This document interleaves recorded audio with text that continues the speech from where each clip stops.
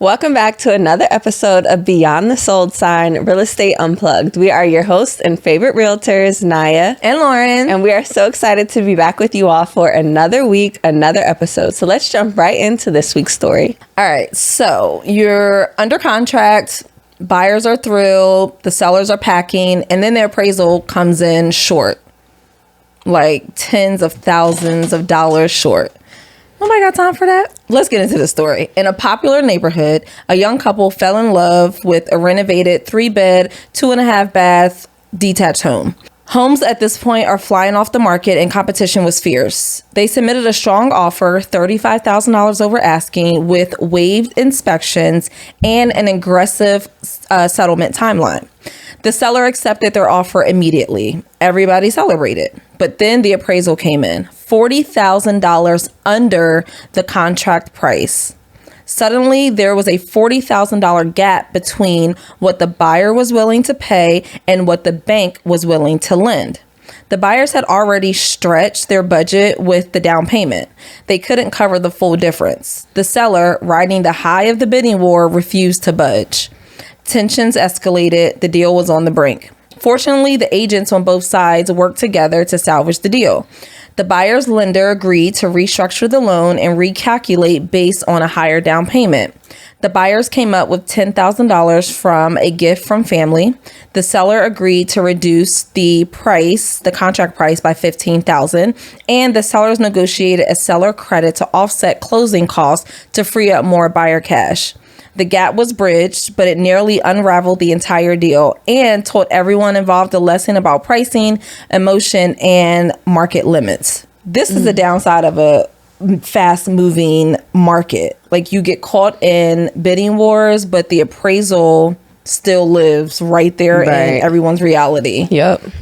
And I feel like a lot of people don't think about it up front. Like, you're just so excited to get the house, but you don't think about the appraisal. Right. Like, you can't just, in an offer, you really do have to think about this, because you can't just throw out the biggest number to win the offer. Right. Exactly. And and not at a drastic, And if you do, you need to come correct with an appraisal gap. Yeah. That's the whole point of the appraisal gap. And that gets put into an offer in the beginning. So when you submit an offer, so the seller, I feel like the seller and the seller's agent, right? When they receive this offer, $35,000 over asking price, offers are full packages. It's not just, like Naya said, the highest offer. There are other things that need to be attached with it that really make a difference, including the contingencies. But anyway, when the buyer submitted that $35,000 over asking price offer, the first thing the listing agent who works with the seller should have immediately called the buyer's agent and said, "Hey, thank you for submitting a great offer. We noticed that you submitted an offer $35,000 over asking. Is there an appraisal gap included in that?" And maybe the buyer's agent may say, "Well, what is the appraisal gap? Like, the appraisal hasn't even come in. What's the point?" Well, the appraisal gap covers the seller to ensure that they are still going to get the offer that you presented to them. So if the house was $400,000, you present an offer of $435,000. And you put in an appraisal gap of, let's say the appraisal gap is two ways you can do it. You can do it open-ended, where you say, "Hey, we'll put the addendum in the offer," and it says, the buyer will cover the difference between the appraised value, so what the appraiser says that the house is valued, and the offer price that we offered. So that means that if the house happened to appraise for $420,000, right? You offered $435,000. The appraisal came in at $420,000. The bank is only going to lend you $420,000.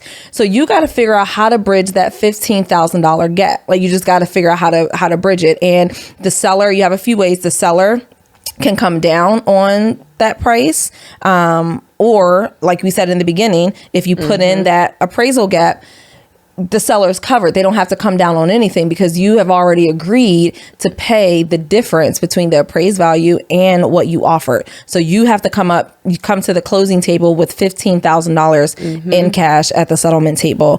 And, you know, some buyers are like, oh, wait, Like, I can't do that. I can't bring Yeah. I can't bring that.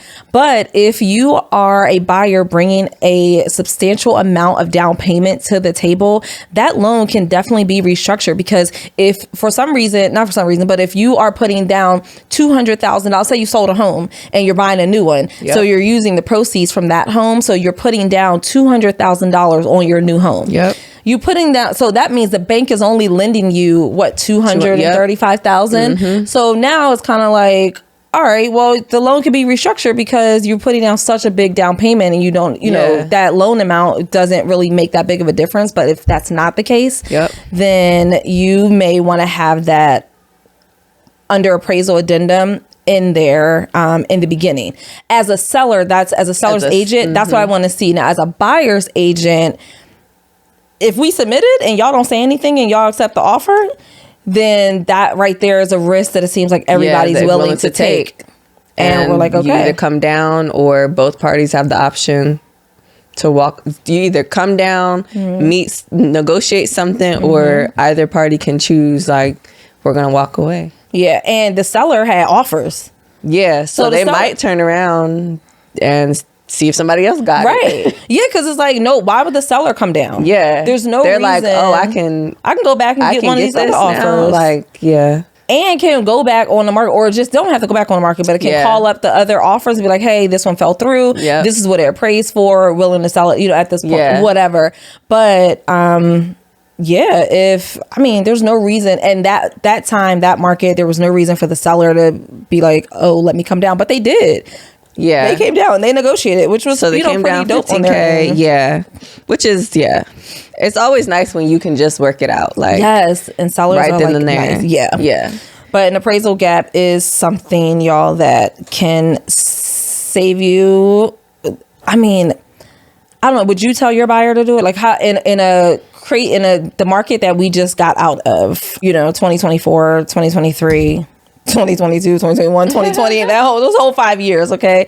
Would you have told your buyer, or have you told your buyer, like, hey, put in an appraisal, we need to put in an appraisal gap if we really want this offer? Yeah. Accept it. Yeah, I would say so. I think it all depends. Like, I would say initially, it's all a part of the strategy. Like, in order to be able to provide an appraisal gap, at some point you have to figure out like what price range of homes you're looking in. Because if you're already at the top of your budget, you probably can't do the appraisal gap if you really needed to finance the whole thing and didn't have extra down payment. So if we're able to shop lower and you can still get everything you want, and now you have some wiggle room for a gap, then yeah. But if we're at the top of your budget already, we might just be like, this is what it is, and do your final and best and see if that's going to get accepted. But know that if somebody else has it, it might beat you out. That is true. But I know for sellers that we have, that was like a number one question. We were like thrilled at the offer, but wanted to know, do they have it? Do they have the room for this gap just in case? Yeah. And they did. Right? And they did. As long as they do, then we're good. And it met the value, so everything was perfect. But like, that's a major question that needed answered. Yeah. And they should have asked that up front. Great. $35,000 is great. And like we said before, like, the package is huge. And they did waive they waived something. Did they waive the inspection? What did they say? They came down $15,000. They gave them a seller credit. The offer. They waived something. No. They did waive inspection. Oh, they waived inspection. Okay. And they had a quick settlement timeline. So that's like a good package, right? It's a good package deal. And that's what you want to see. But that appraisal would have took it to the top. That appraisal guy would have took it to the top. But the seller still accepted it. But I feel like, all right, agent, that was on you to let your seller know, hey, this is great. This is over asking, but we probably want to go ahead and do an appraisal gap because we want to make sure that you get the full 435 that you're looking to get. And if not, these are the options that could happen. But you know what? Agent, my bad, because the agent probably did. They probably said something and gave them their options, right? Probably gave them the options, and the seller was like, you know what? Don't worry about it. Yeah. We'll just come to it. If it happens to under appraise, we'll deal with it then. So the agent probably did give them some options and say, we can accept this offer the way it is, or go back and ask them for an appraisal gap. So yeah, my bad. That probably wasn't. I'm hoping that's what happened. That's my plan. But yeah. So yeah, I mean, I think just being prepared for both sides of it. Preparing your seller, preparing your buyer. If you are the seller buyer, just know that this is a thing that can be helpful for no matter which side you're on. Yeah. You know, to get to the closing table. Yeah, and if you're wondering how much an appraisal costs, who pays for the appraisal, and if you can waive it. The appraisal, now we're in the DMV, usually an appraisal is between like $500 and $650, $650. You can pay it outside of closing, meaning you pay it before you get to the settlement table, or you can pay it at closing when you get to the settlement table. So you do have those options. The buyer is usually the one who pays for the appraisal because it is their appraisal, it belongs to them, so that's who usually pays for it. And then, can a buyer waive an appraisal? Do you want to answer this? Yes, a buyer, you can get an appraisal waived if you have a certain amount of down payment, right? And is there another thing, or 20%? At least 20%. Yeah. So, and we've seen it waive sometimes, and that's been clutch too. Yeah, that's been great. So if you know you're putting down, speed right past. Yeah, you do. You know so if this package included that, like if they couldn't do the appraisal gap, and they didn't want to do the appraisal gap, they could have asked, hey, we're putting down a good size down payment. You know, like I said before, if it's like $200,000 down payment because you just sold a house and you're using those funds to put money down, you could definitely go to the lender and say, hey, can I just go ahead and waive it? Because that also, you don't have to pay for it. You don't have to worry about, you know, what it says. You're just like, you know what? Like Naya said, you just speed past it and you're good to go. So you can, to answer anybody's question that's thinking, well, can I just waive it? Yes, you can. But you got to put some money down. Yeah. You got to put some money behind it. And that's the power of real estate too, because if you sell a house, like if you already own something, maybe, you know, you had something smaller, you just started small, you built equity over the years, you were able to sell it, and now you can go play with the big guys a little bit because you sold a house and now you have some funds to put down 20% and like win the bigger home that you want. Exactly. Later on. So I be telling y'all, just go ahead and do something. You do. You have those options. Because then you'll have more options. Right. That's it right there. You do. You got some options. And come back on the next episode or another episode, because I definitely want to talk about, like, if you don't want to sell the house, like if you want to keep it, but you want to buy something else, and pulling the equity out of that house instead of just selling it. You can use that house as a rental, pull the equity out to get money for your down payment to use at a next house.